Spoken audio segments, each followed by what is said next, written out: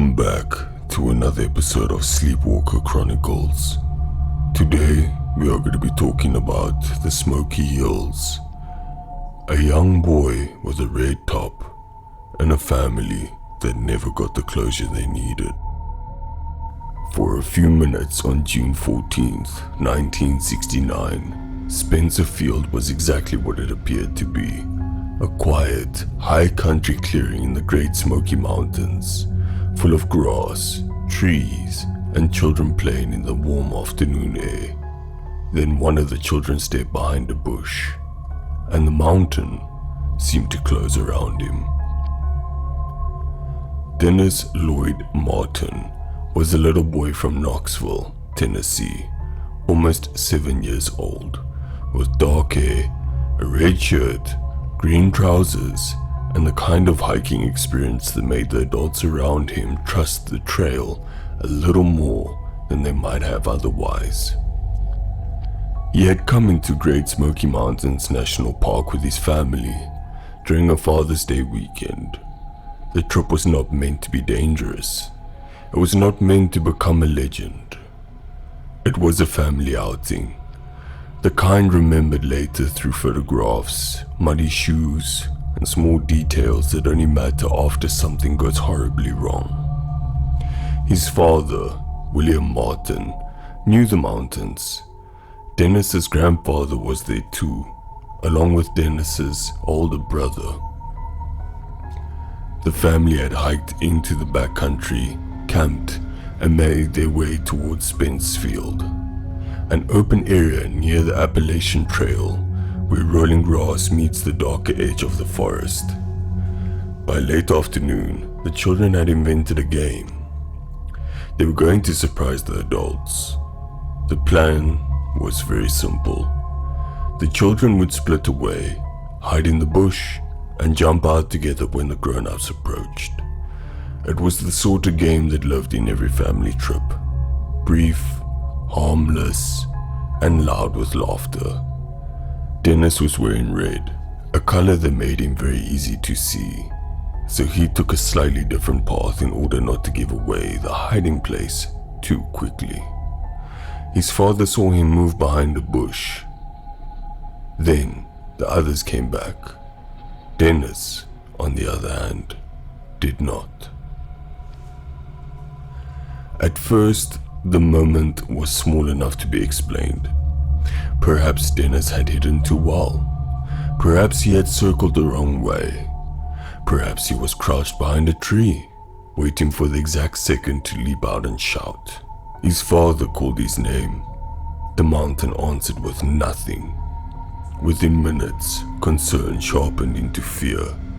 William Martin ran down the trail, searching the direction at which the child might have gone. The family called, listened, and called again. The other adults joined in at this point. A bright red shirt should have been visible. A boy should have heard his father's voice. A child who had stepped out of sight only moments before should not have vanished as if the trail had folded over him. But the Smokies are not exactly an ordinary backyard.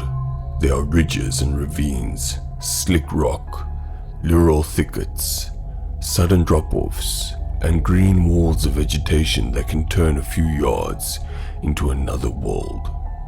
Sound does strange things there.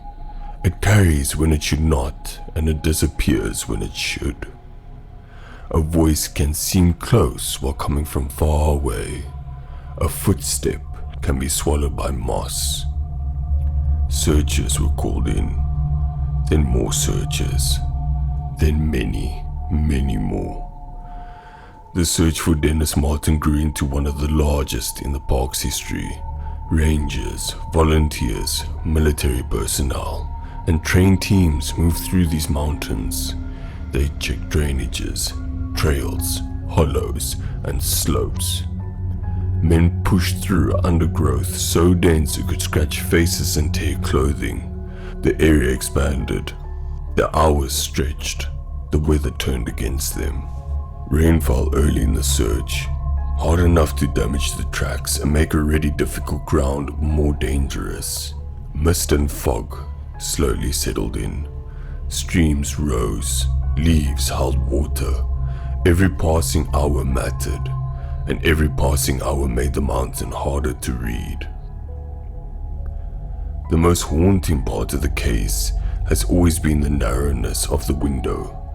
Dennis was not missing after a long, unsupervised hike. He was not separated from a group over miles of trail.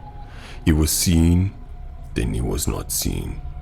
A few moments divided an ordinary family game from a search that would continue day after day. In cases like this, people often look for the one impossible detail that will unlock everything. But the Dennis Martin disappearance is frightening because every explanation has problems. If Dennis became lost, he did so almost instantly.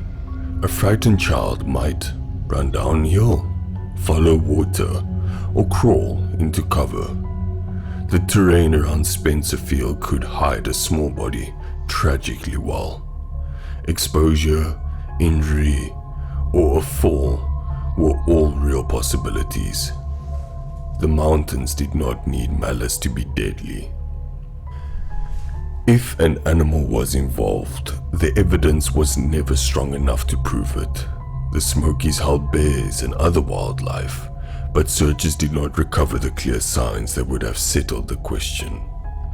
If a person took him, the speed and location became terrifying. A stranger would have needed opportunity, knowledge of the terrain, and the ability to move without being seen in a place where people were nearby. It was not impossible, in theory. It was never proven, in fact. And so the case sits in the cold space between explanations. Not enough evidence to close the door, not enough evidence to open another. As the search continued, hope began to change shape. At first, hope meant finding Dennis tired, scratched, and frightened, but alive. Then, it meant finding any signs at all. A footprint, a piece of clothing, a place where a small body had rested. Searchers wanted direction, the family wanted certainty, and the mountain gave them neither. There were reports and possible clues, but nothing that led to Dennis. Child-sized tracks were discussed. Scent dogs struggled. Searchers combed huge areas. The number of people involved may have made coordination more difficult and may even have obscured fragile clues. Later, the case would have been remembered not only for the boy who disappeared, but for what it taught officials about search management in wild terrain. That lesson came too late for Dennis.